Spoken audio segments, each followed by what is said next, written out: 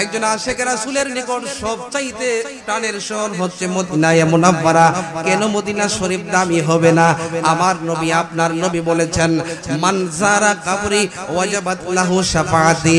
যেই ব্যক্তি মদিনা শরীফে আমার নবীজির রওজা মোবারক জিয়ারত করবে, আমার নবী আপনার নবী বলেছেন ওই সকল আশিক উম্মতের জন্য সুপারিশ করা আমার নবীর জন্য ওয়াজিব হয়ে যায়। জোরে বলুন সুবহানাল্লাহ। এই জন্য মদিনা শরীফে যাওয়া দরকার আছে কি নাই? আরো জোরে বলুন দরকার আছে কি নাই? শুধু তাই নয়, আমার নবী আরো বলেছেন, মান হাজ্জা ওয়ালাম ইয়াজুরনি ফাকাদ জাফানি। যেই ব্যক্তি মক্কা শরীফে হজ করলো কিন্তু মদিনা শরীফে আমার নবীর রওজা মোবারক জিয়ারত করলো না, আমার নবী আপনার নবী বলেছেন ওই ব্যক্তি যেন আমার নবীকে কষ্ট দিল। নাউজুবিল্লাহ বলতেন না?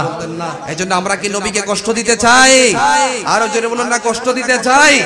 বড় আফসোস লাগে, দুঃখ লাগে। আজকে তারা ১৫০০ বছর পরে এসে বলে আমার নবী নাকি মদিনা শরীফের রওজা মোবারকের মাটির সাথে পচে গলে শেষ হয়ে গিয়েছে। নাউজুবিল্লাহ বলতেন না? আমার নবীজি রওজা মোবারকে জিন্দা না মরা? আরো জোরে বলতে হবে, এই আওয়াজে মানি না, ঈমানি শক্তিতে বলতে হবে, আমার নবীজি রওজা মোবারকে জিন্দা না মরা? যারা বলে রওজা মোবারকের মাটির সাথে পচে গলে শেষ হয়ে গিয়েছে, আমি একটা কথা আজকে শাহপুরে বলে যাই, যারা এই সমস্ত কথাবার্তা বলে বুঝতে হবে আহলে সুন্নাত ওয়াল জামাতের আকীদার সাথে তাদের কোনো সম্পর্ক। আরো জোরে বলুন সম্পর্ক। রওজা মোবারকে আমার নবী জিন্দা না মরা?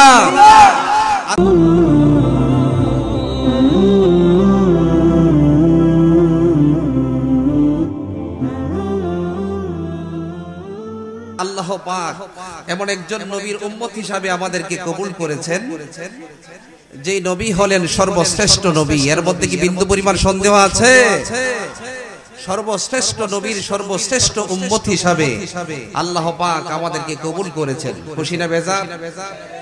আবার দেখেন, আমরা এমন এক ধর্মগ্রন্থ পেয়েছি যেই ধর্মগ্রন্থের নাম হচ্ছে কোরআনুল কারীম।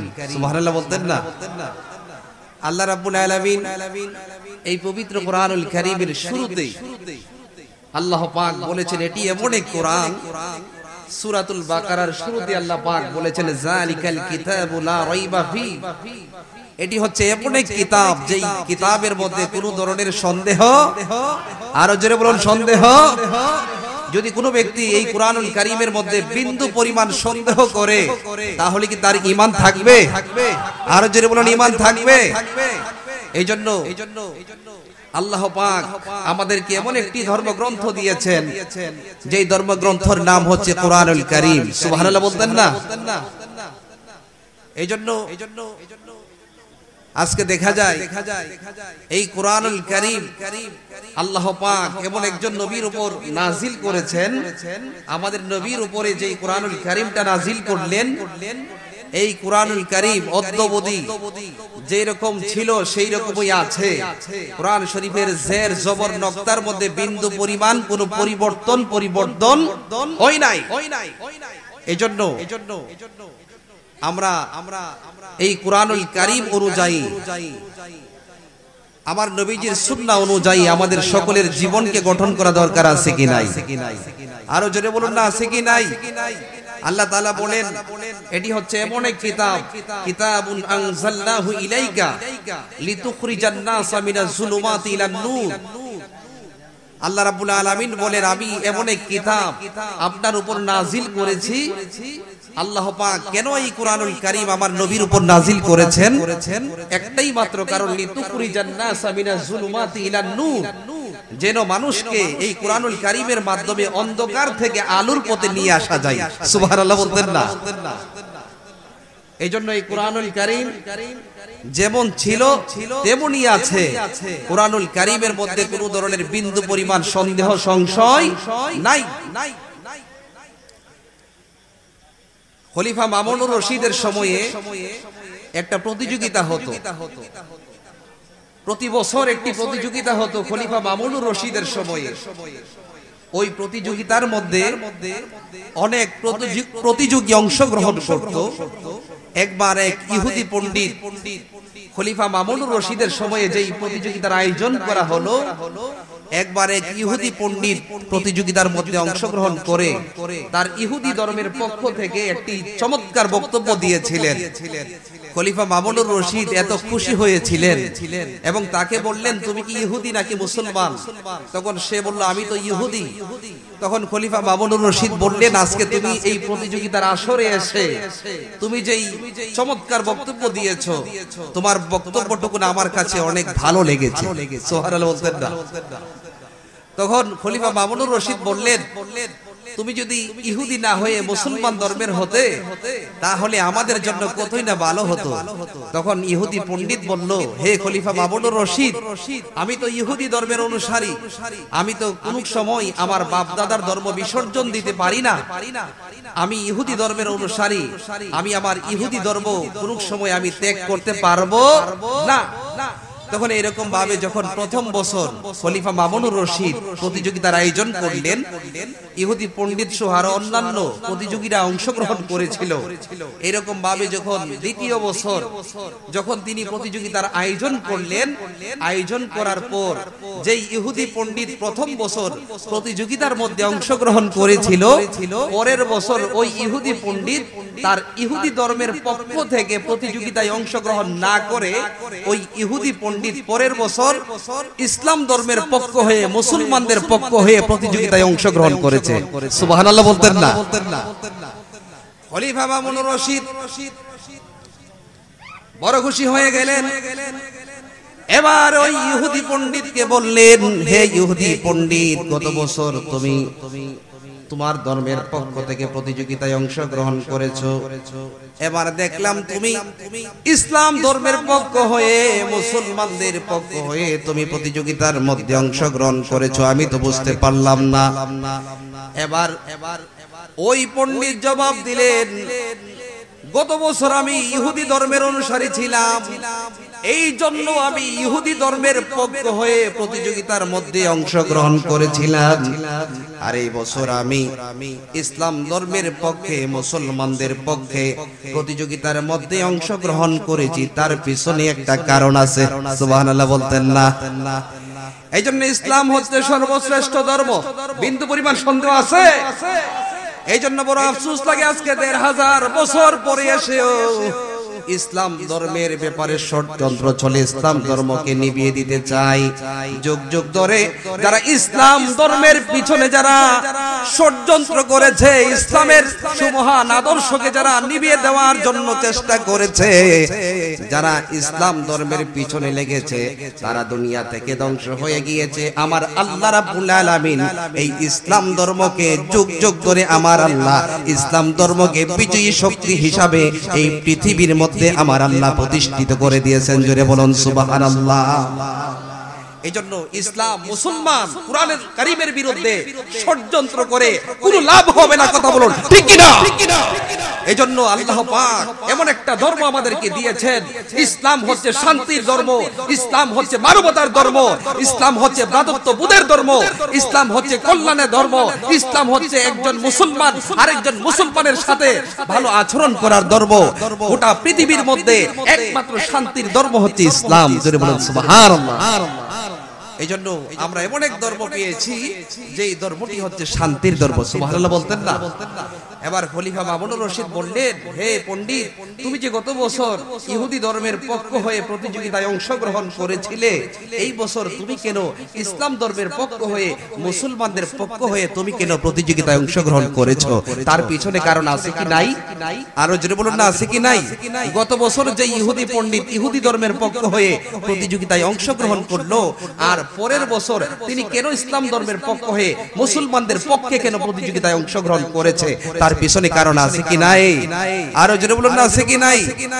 এবার তাকে যখন জিজ্ঞাসা করা হলো, সে বলল, হে খলিফা মামুনুর রশিদ, আমি হলাম একজন হস্তলিপি বিশারদ, আমার হাতের লেখা অনেক সুন্দর, আমি নিজ হাতে আমি তাওরাত কিতাবটা লিখেছিলাম, তাওরাত কিতাব লিখে আমি কিছু অংশের মধ্যে এদিক সেদিক করেছিলাম, তাওরাত কিতাবের মধ্যে আমি কিছু অংশ আমার নিজের পক্ষ থেকে লিখেছিলাম, আর এই তাওরাত কিতাবটা আমি নিজের হাতে লিখে এই তাওরাত কিতাবের 3টা কপি যখন আমি ইহুদিদের কাছে বিক্রি করার জন্য গিয়েছিলাম, তারা কোনো জাস্টিফাই না করে, তারা কোনো বিচার বিশ্লেষণ না করে আমার কাছ থেকে তাওরাত কিতাবটা কিনে নিয়েছে।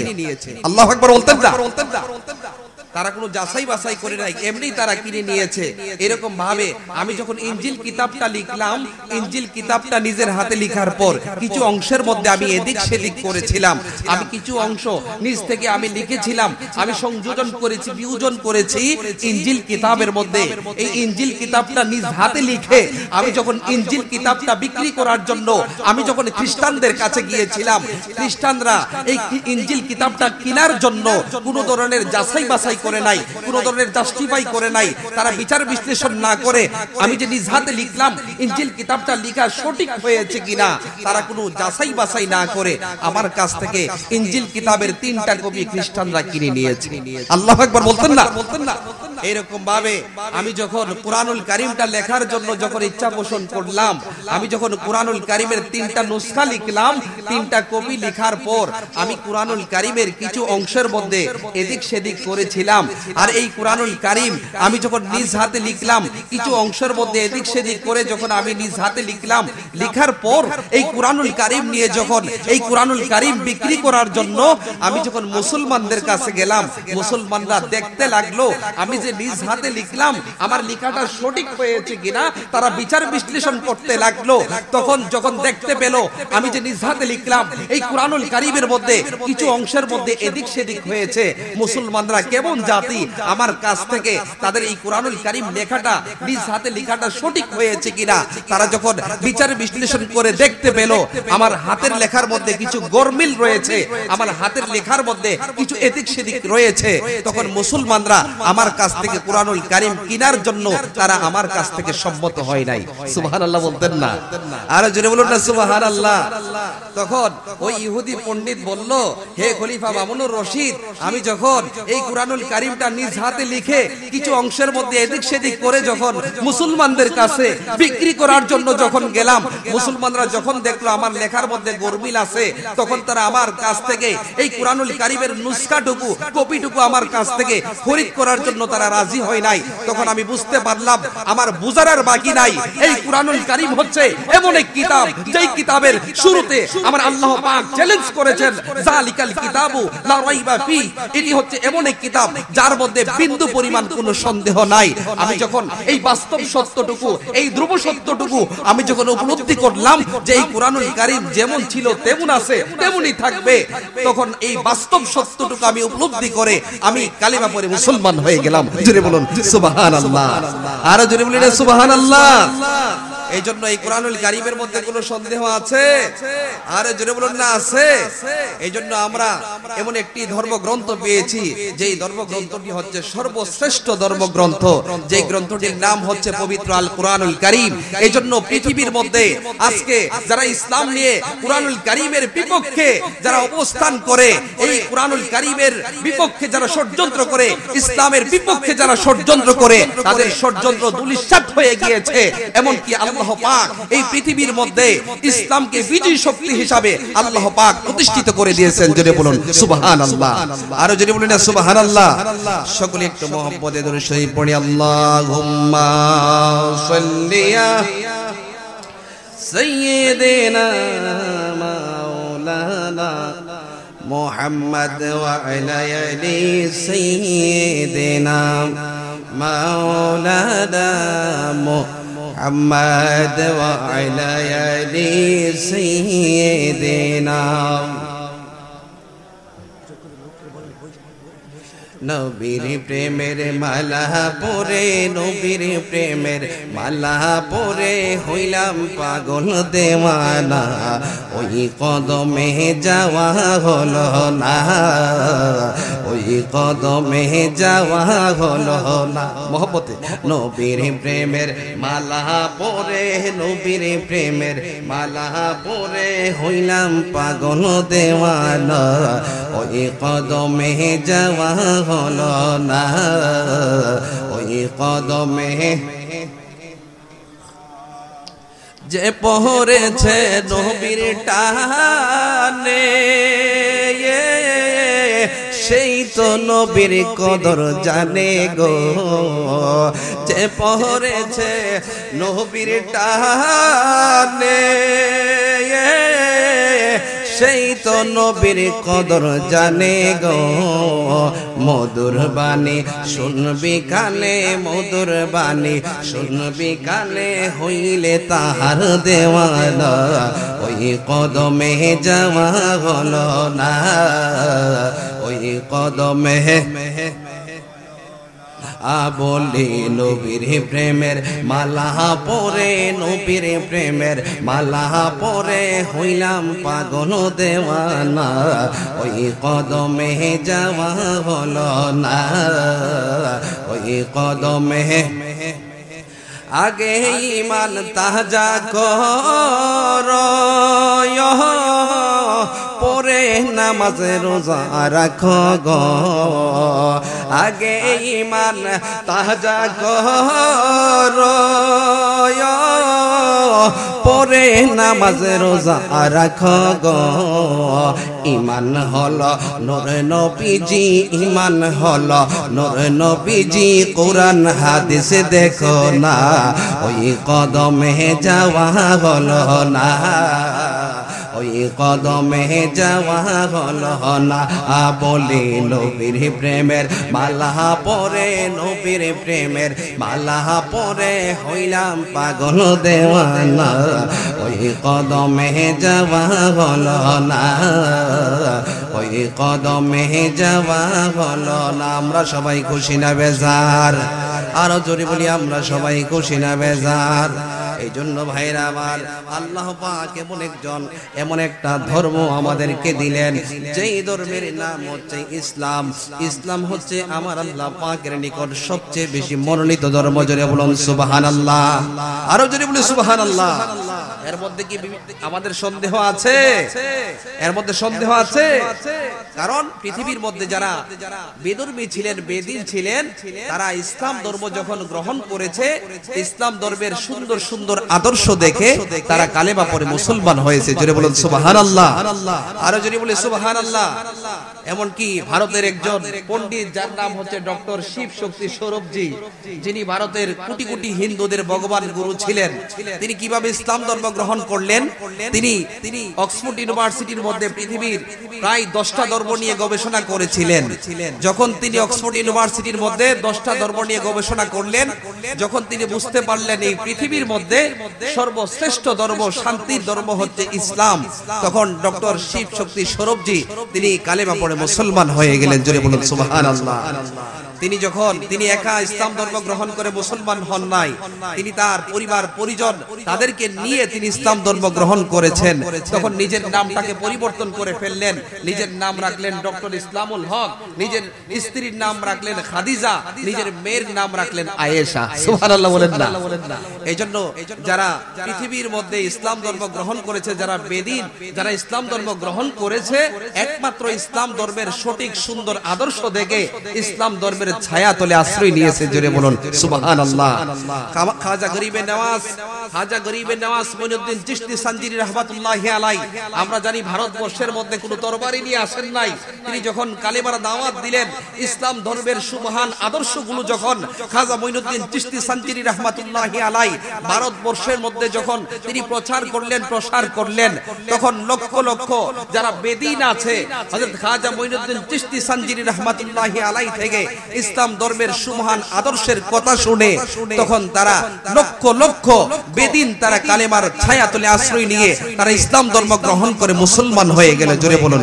সুবহানাল্লাহ এজন্য ইসলাম হচ্ছে শান্তির ধর্ম ইসলাম হচ্ছে মানবতার ধর্ম আজকে 1500 বছর পরে এসে যারা ইসলাম ধর্ম নিয়ে যারা কটাক্ষ করে ইসলাম ধর্ম নিয়ে যারা আজকে এখনো ইসলাম ধর্মের ব্যাপারে বিষোদ্গার করে ইসলাম ধর্মের কোনো কিছুই হবে না আল্লাহ পাক এই ইসলাম ধর্মকে যুগ যুগ ধরে এই পৃথিবীর মধ্যে আল্লাহ পাক বিজয়ী শক্তি হিসাবে প্রতিষ্ঠিত করে দিয়েছেন জোরে বলুন সুবহানাল্লাহ এইজন্য আমরা সবাই খুশি না বেজার আরো জোরে বলি খুশি না বেজার এইজন্য ইসলাম হচ্ছে শান্তির ধর্ম মানবতার ধর্ম যারা ইসলাম বুকে লালন করে যারা কালেমার ছায়া তলে আশ্রয় নিয়েছে আমরা জানি হযরতে বেলাল রাদিয়াল্লাহু তাআলা আনহু তিনি কত কষ্ট করেছেন হযরতে বেলাল রাদিয়াল্লাহু তাআলা আনহুকে উমাইয়া ইবনে খালদ কত কষ্ট দিয়েছে, এমন কি মরুভূমির যে বালিকা আছে ওই বালুকণার মধ্যে বেলাল রাদিয়াল্লাহু তাআলা আনহুকে উত্তপ্ত বালুকণার মধ্যে শুয়ে দেওয়া হয়েছে।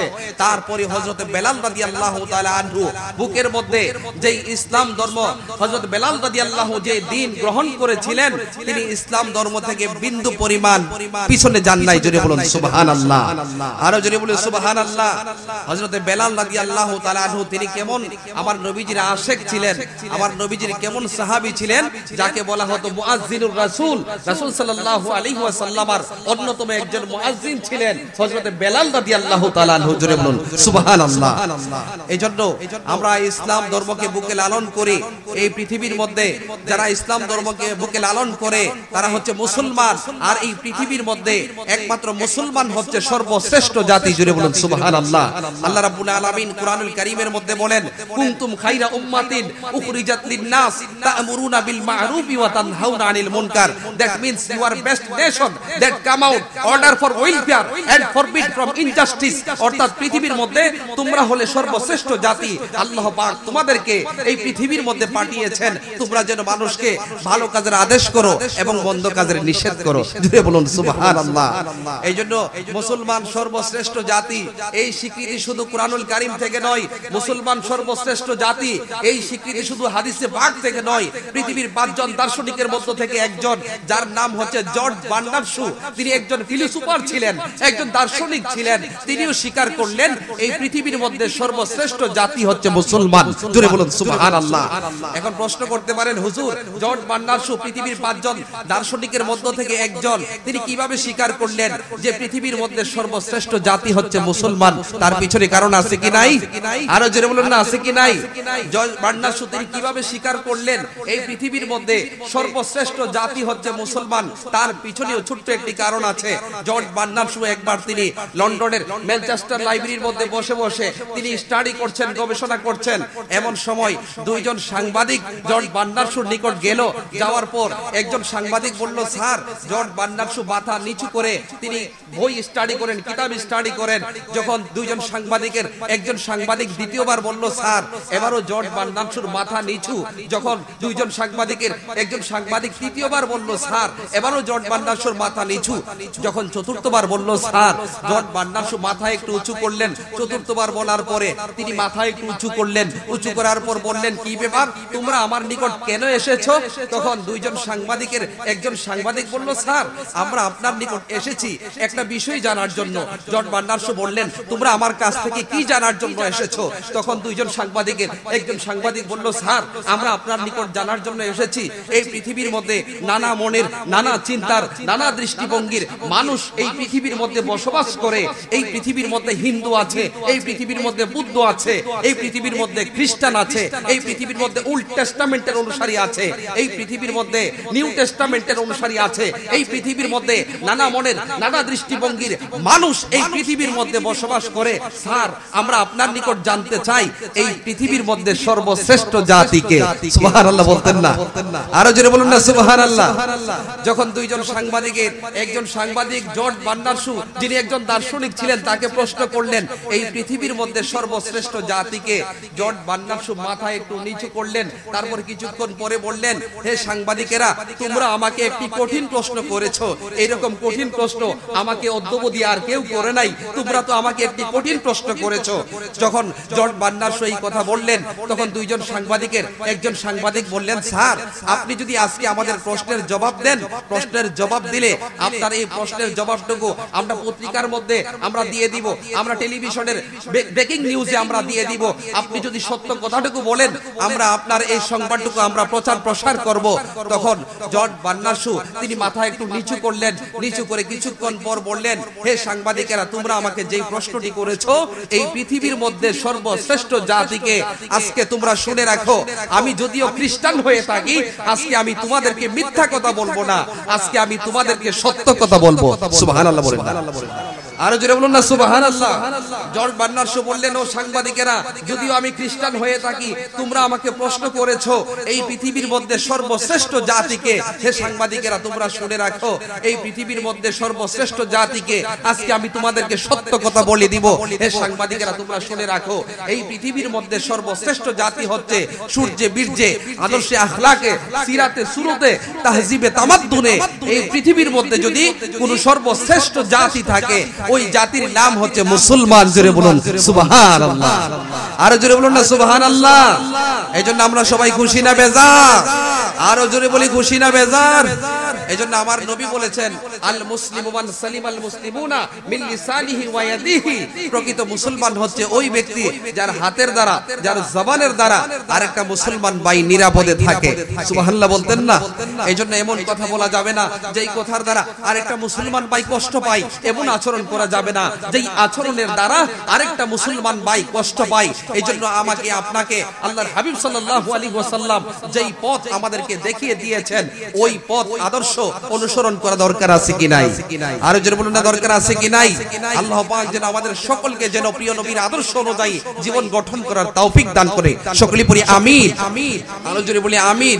সকলে একটু দুরূদ শরীফ পড়েন। আল্লাহুম্মা সাল্লি সাইয়্যিদিনা মাওলানা মুহাম্মদ ওয়া আলা আলি সাইয়্যিদিনা وعلى آل سيدنا مولانا محمد اللهم صل على سيدنا مولانا محمد وعلى آل سيدنا মাওলানা মুহাম্মদ। ভাইরা আমার, আমি আপনাদের সামনে পবিত্র কোরআনুল কারীম থেকে একটা আয়াতে কারিমা তেলাওয়াত করেছিলাম। আমার আল্লাহ রাব্বুল আলামিন কোরআনুল কারীমের মধ্যে বলেন, ইন্নাল্লাযীনা আমানু ওয়া আমিলুস সলিহাতি কানাত লাহুম জান্নাতুল ফিরদাউসি নুজুলা। নিশ্চয়ই যারা ঈমান আনয়ন করে অতঃপর নেক আমল করে, ওই সকল বান্দাদের জন্য আমার আল্লাহ রাব্বুল আলামিন জান্নাতুল ফিরদাউসের ব্যবস্থা করে রেখেছেন। জোরে বলুন সুবহানাল্লাহ। এই জন্য আমাদের নেক আমল করা দরকার আছে কি নাই? ঈমানের উপর ইস্তিকামত থেকে নেক আমল করা দরকার আছে কি নাই? এই জন্য ভাইরা আমার, নেক আমল কবুল হওয়ার জন্য পূর্ব শর্ত হচ্ছে ঈমান। যদি কোনো ব্যক্তির ঈমান থাকে, ঈমানের উপর ইস্তিকামত থাকার পরে যদি নেক আমল করে, ওই আমলগুলোর দাম আমার আল্লাহ রাব্বুল আলামিনের দরবারে অনেক বেশি। জোরে বলুন সুবহানাল্লাহ।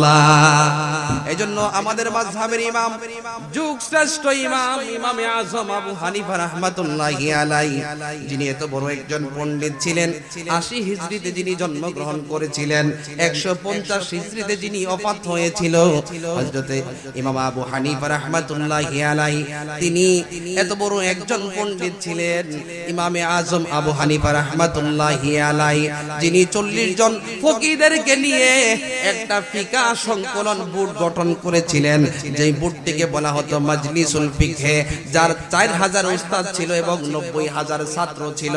ইমামে আযম আবু হানিফা রাহমাতুল্লাহি আলাইহি এত বড় মাপের একজন ইমাম ছিলেন, যার জীবনে ইমামে আযম আবু হানিফা রাহমাতুল্লাহি আলাইহি আমার নবীজির 50,000 হাদিস যার মুখস্থ এবং টোটস্থ কণ্ঠস্থ ছিল। শুধু তাই নয়, তিনি জীবনে 55 বার হজ এবং উমরা আদায় করেছেন। তিনি যখন সর্বশেষ হজ এবং উমরা আদায় করতে গেলেন, খানে কাবার মধ্যে 2 রাকাত নামাজ আদায় করেছিলেন। 2 রাকাত নামাজের মধ্যে ইমাম আবু হানিফা রাহমাতুল্লাহি আলাইহি প্রথম রাকাতের মধ্যে কুরআনুল কারীমের 15 পারা, দ্বিতীয় রাকাতের মধ্যে কুরআনুল কারীমের সম্পূর্ণ 30 পারা 2 রাকাত নামাজে খতম করেছিলেন। জোরে বলুন সুবহানাল্লাহ। এই জন্য এত বড় একজন ইমাম হওয়ার পর ইবাদত বন্দেগীর মধ্যে কত ধৈর্য ছিল, ইবাদত বন্দেগীর মধ্যে কত আগ্রহ ছিল। ইমামে আজম আবু হানিফা রাহমাতুল্লাহি আলাইহি 2 রাকাত নামাজের মধ্যে তিনি সম্পূর্ণ কুরআনুল কারীম 30 পারা তিনি খতম করেছেন। জোরে বলুন না সুবহানাল্লাহ, আরো জোরে বলুন না সুবহানাল্লাহ।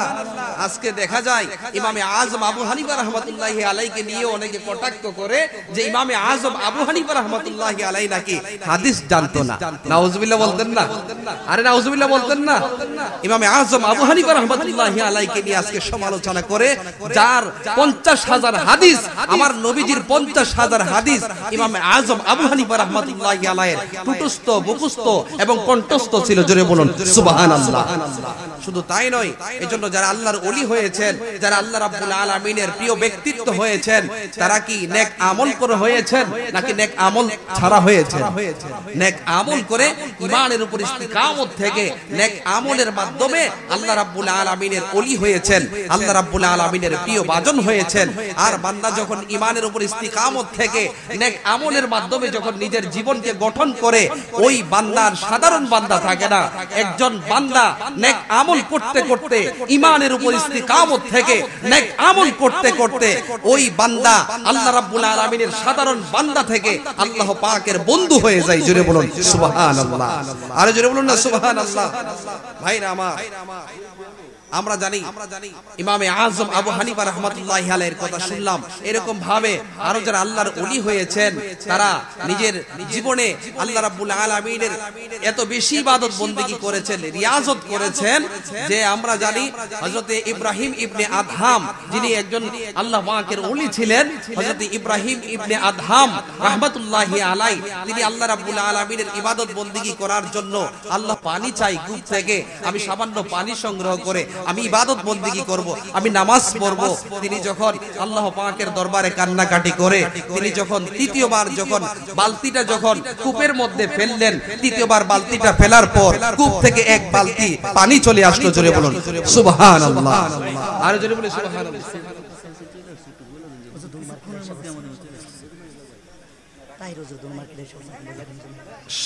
প্রিয় উপস্থিতি, আজকের মাহফিলের সম্মানিত যিনি প্রধান আকর্ষণ, যার জন্য আপনারা দীর্ঘক্ষণ সময় পর্যন্ত অপেক্ষা করতেছেন, যার আলোচনা শোনার জন্য, আজকের এই মাহফিলের সম্মানিত প্রধান অতিথি আশিকে রাসূল মুজাহিদ আহলে সুন্নাহ পীর মুফতি মোহাম্মদ গিয়াসউদ্দিন তাহিরি হুজুর ইনশাআল্লাহ অল্প কিছুক্ষণের মধ্যেই আমাদের মাহফিলে এসে উপস্থিত হয়ে যাবেন। খুশি না বেজার? ডান হাত তুলে বলি খুশি না বেজার? আরো জোরে বলি খুশি না বেজার? এই যে আমরা এই বাজারটা আমরা যাচ্ছি, একটা আয়শা পড়ছে, আমরা সাববাড়ি আছে, জি জি বাজারে শাহপুর সাববাড়ি অতিক্রম করছে। ইনশাআল্লাহ অল্প কিছুক্ষণের মধ্যে হুজুর ইনশাআল্লাহ চলে আসবে। আপনারা প্রাণ খুলে আলোচনা, হুজুরের আলোচনা করবেন, আপনারা আলোচনা শুনবেন। আল্লাহ পাক যেন কোরআন এবং হাদিসের আলোচনা শোনার এবং আমাদের সকলকে বাস্তব জীবনে আমল করার তৌফিক যেন দান করে। সকলেই পড়ি আমিন। আল্লাহুম্মা সাল্লি আলা সাইয়্যিদিনা মুহাম্মাদ, আল্লাহুম্মা সাল্লি আলা সাইয়্যিদিনা মুহাম্মাদ, নবী শাফিয়ানা মাওলানা মুহাম্মাদ। মাশাআল্লাহ, যারা পেছনে দাঁড়িয়ে আছেন সামনে এসে বসে যান। যাহারে জালাই সরে মাওলা এসকে নবীর আগুনে, আইরে যাহারে জালাই সরে মাওলা এসকে নবীর আগুনে, আইরে তার পরাণ কি পাইবে শান্তি, নীলে দরিয়াই তবু দিলে। আল্লাহুম্মা সাল্লি সাইয়্যিদিনা মুহাম্মাদ, নাবিয়ানা মাওলানা মুহাম্মাদ, নাবিয়া শাফিয়া মাওলানা নবীর চরণেতে সারা জীবন আমি থাকব বলি নবীর চরণেতে সারা জীবন আমি থাকব ভালোবেসে নূর নবীকে ভালোবেসে নূর নবীকে হৃদয় মাঝে ধরে রাখব নবীর চরণেতে সারা জীবন আমি বলি নবীর চরণেতে সারা জীবন আমি। আমরা সবাই খুশি না বেজার? আরো জোরে বলি আমরা সবাই খুশি না বেজার? বড় আফসোস লাগে, দুঃখ লাগে, আজকে ১৫০০ বছর পরে এসেও এক শ্রেণীর ভাই তারা ২৪ ইঞ্চি টেলিভিশনের পর্দায় বলে থাকে হজ করতে মক্কা শরীফে যাবেন, মদিনা শরীফ যাওয়া দরকার নাই। নাউজুবিল্লাহ বলতেন না? আরো জোরে বলুন না নাউজুবিল্লাহ। তারা বলে হজ করতে মক্কা শরীফে যাবেন, মদিনা শরীফ যাওয়া দরকার নাই। আমি যদি আজকে শাহপুরের ভাই বন্ধুদেরকে জিজ্ঞাসা করি, রে ভাই, এই পৃথিবীর মধ্যে অনেক নামি দামি শহর এই পৃথিবীর মধ্যে আছে, আমেরিকা আছে, জাপান আছে, জার্মান আছে, সুইডেন আছে, কানাডা আছে, অস্ট্রেলিয়া আছে, রাশিয়া আছে। আমি যদি আজকে আপনাদেরকে জিজ্ঞাসা করি, রে ভাই, এই পৃথিবীর মধ্যে অনেক নামি দামি শহর আছে, আপনি বুকে হাত দিয়ে বলবেন এই পৃথিবীর মধ্যে অনেক নামি দামি শহর থাকতে পারে? একজন আশিকে রাসূলকে যদি জিজ্ঞাসা করি, রে ভাই, তুই সত্যি করে তোমার বুকে হাত দিয়ে বলো এই পৃথিবীর মধ্যে অনেক নামি দামি শহর থাকতে পারে, তোমার নিকট সবচাইতে প্রাণের শহর কোনটা? একজন আশিকে রাসূল হৃদয়ের গভীর কোণ থেকে জবাব দিবে এই পৃথিবীর মধ্যে নামি দামি শহর থাকতে পারে, আমেরিকা থাকতে পারে, জাপান থাকতে পারে, সুইডেন থাকতে পারে, কানাডা থাকতে পারে, রাশিয়া থাকতে পারে, অনেক নামি দামি শহর এই পৃথিবীর মধ্যে থাকতে পারে। একজন আশিকে রাসূলকে যদি জিজ্ঞাসা করি, ওই আশিকে রাসূল হৃদয়ের গভীর কোণ থেকে জবাব দিবে আমার নিকট সবচাইতে প্রাণের শহর হচ্ছে মদিনায়ে মুনাওয়ারা। জোরে বলুন ঠিক কি না? নারে তাকবীর, আল্লাহু আকবার, নারে তাকবীর, আল্লাহ, নারে রিসালাত, ইয়া রাসূল, নারে গাউসিয়া, ইয়া আহলে সুন্নাত ওয়াল জামাত জিন্দাবাদ। আল্লামা পীর মুফতি মঈনুদ্দিন ফয়জী সাহেব জিন্দাবাদ। এই জন্য ভাইরা আমরা সবাই খুশি না বেজার? আরো জোরে বলি খুশি না বেজার? একজন আশিকে রাসূলের নিকট সবচাইতে প্রাণের শহর কোনটা? আরো জোরে বলুন মদিনায়ে মুনাওয়ারা। কথা বলুন ঠিক কিনা? একজন আশিকে রাসূলের নিকট সবচাইতে প্রাণের শহর হচ্ছে মদিনায়ে মুনাওয়ারা। কেন মদিনা শরীফ দামি হবে না? আমার নবী আপনার নবী বলেছেন মান যারা কবরি ওয়াজাবাত লাহু শাফাআতি, যেই ব্যক্তি মদিনা শরীফে আমার নবীজির রওজা মোবারক জিয়ারত করবে, আমার নবী আপনার নবী বলেছেন ওই সকল আশিক উম্মতের জন্য সুপারিশ করা আমার নবীর জন্য ওয়াজিব হয়ে যায়। জোরে বলুন সুবহানাল্লাহ। এই জন্য মদিনা শরীফে যাওয়া দরকার আছে কি নাই? আরো জোরে বলুন দরকার আছে কি নাই? শুধু তাই নয়, আমার নবী আরো বলেছেন মান হাজ্জা ওয়ালাম ইয়াজুরনি ফাকাদ জাফানি, যেই ব্যক্তি মক্কা শরীফে হজ করলো কিন্তু মদিনা শরীফে আমার নবীর রওজা মোবারক জিয়ারত করলো না, আমার নবী আপনার নবী বলেছেন ওই ব্যক্তি যেন আমার নবীকে কষ্ট দিল। নাউজুবিল্লাহ বলতেন না? এজন্য আমরা কি নবীকে কষ্ট দিতে চাই? আরো জোরে বলুন না কষ্ট দিতে চাই? বড় আফসোস লাগে, দুঃখ লাগে, আজকে তারা ১৫০০ বছর পরে এসে বলে আমার নবী নাকি মদিনা শরীফের রওজা মোবারকের মাটির সাথে পচে গলে শেষ হয়ে গিয়েছে। নাউজুবিল্লাহ বলতেন না? আমার নবীজি রওজা মোবারকে জিন্দা না মরা? আরো জোরে বলতে হবে, এই আওয়াজে মানি না, ঈমানি শক্তিতে বলতে হবে আমার নবীজি রওজা মোবারকে জিন্দা না মরা? যারা বলে রওজা মুবারকের মাটির সাথে পচে গলে শেষ হয়ে গিয়েছে, আমি একটা কথা আজকে শাহপুরে বলে যাই, যারা এই সমস্ত কথাবার্তা বলে বুঝতে হবে আহলে সুন্নাত ওয়াল জামাতের আকীদার সাথে তাদের কোনো সম্পর্ক। আরো জোরে বলুন সম্পর্ক।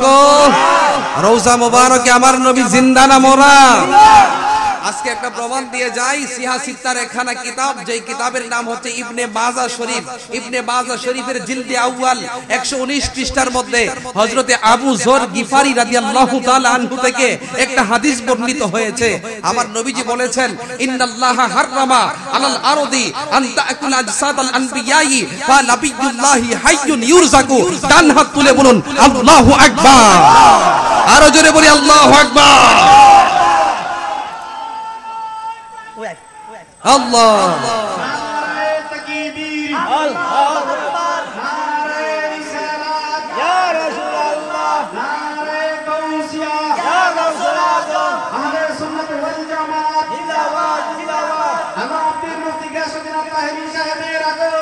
শুভেচ্ছা।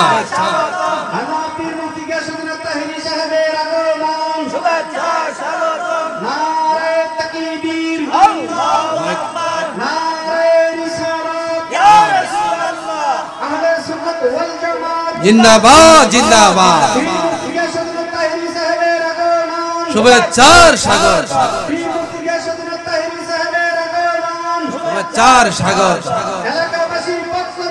লাল গোলাপ শুভেচ্ছা, এলাকাবাসীর পক্ষ হতে লাল শুভেচ্ছা। নারে তাকবীর, আল্লাহু আকবার, নারে রিসালাত, ইয়া রাসূল।